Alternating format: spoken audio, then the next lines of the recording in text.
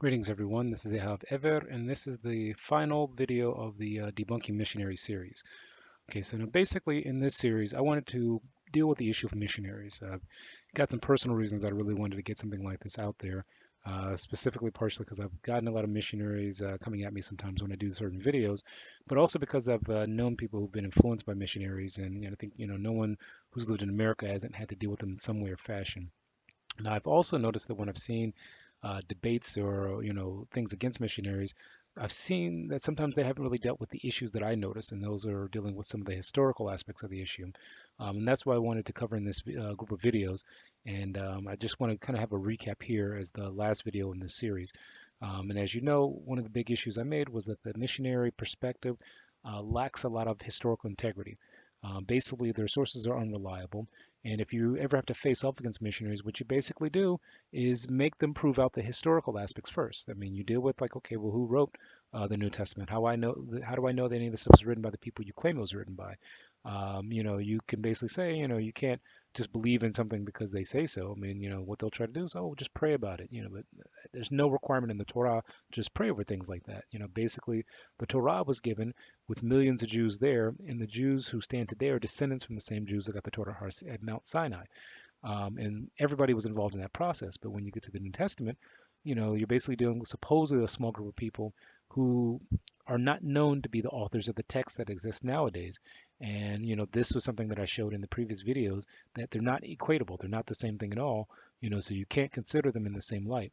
And one of the reasons for this is that I showed early in the videos is that the transmission of the Torah, the words of Hashem, the creator of all things, throughout the people of Israel, has come from the giving of the Torah at Mount Sinai to the present day with an unbroken chain of transmission, with only three groups who exist nowadays to maintain it.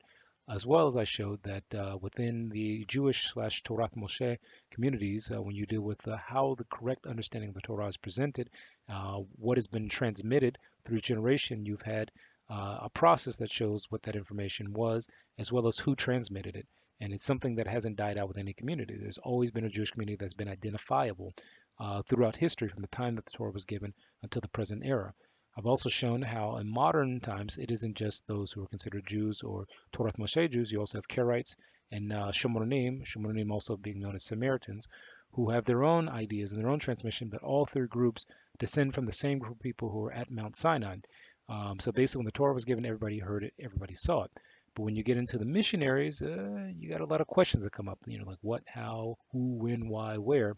And these are things that none of them have the ability to overcome for the reasons I showed previously, and which I'll go back over right now.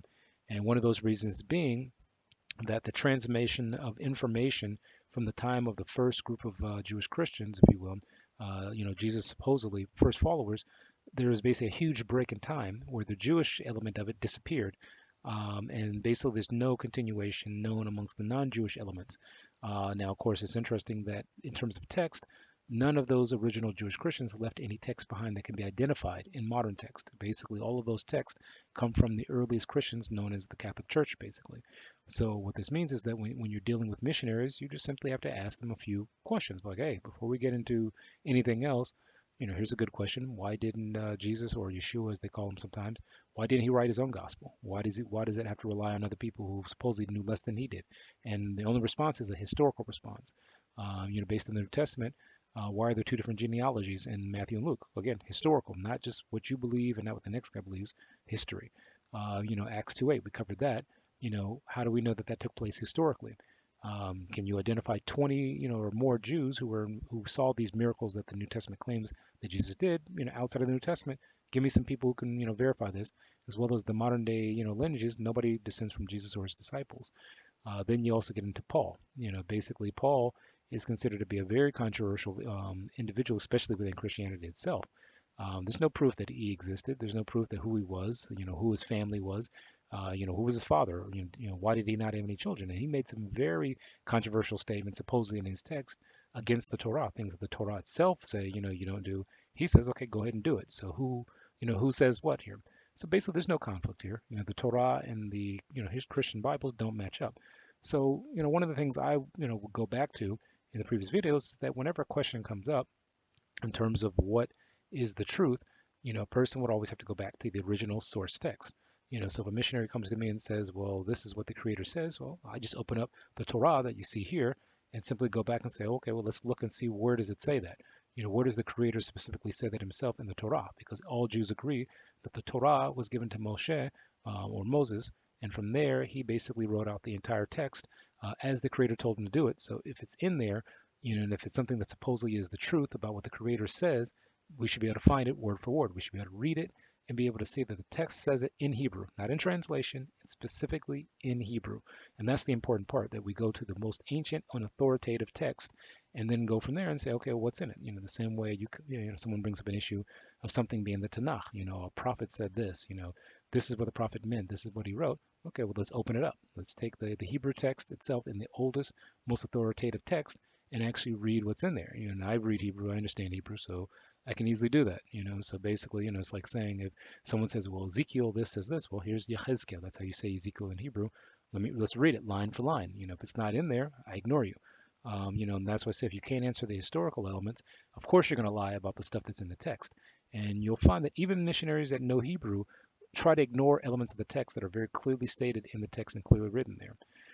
So basically, to close out this group of videos, what we have is that there's no reason to debate theology. I mean, you could if you really wanted to, if you've got some spare time, but it's just a waste of time with missionaries. You get into the historical elements, and you basically get them on those points. Again, there's no real reason to debate. All the debates that happen with missionaries are kind of unnecessary, and in some cases, it's just Jews being nice to try to not cause any trouble and basically to say, you guys do your thing over there, we're over here, just leave us alone. Translation is unacceptable. I mean, basically, if something was written 1,000 years ago, you can't rely on a translation of it, and no partial acceptance of sources. So these things will help you with dealing with missionaries. I hope that things I presented help, and thank you for watching, and more videos on other topics coming soon.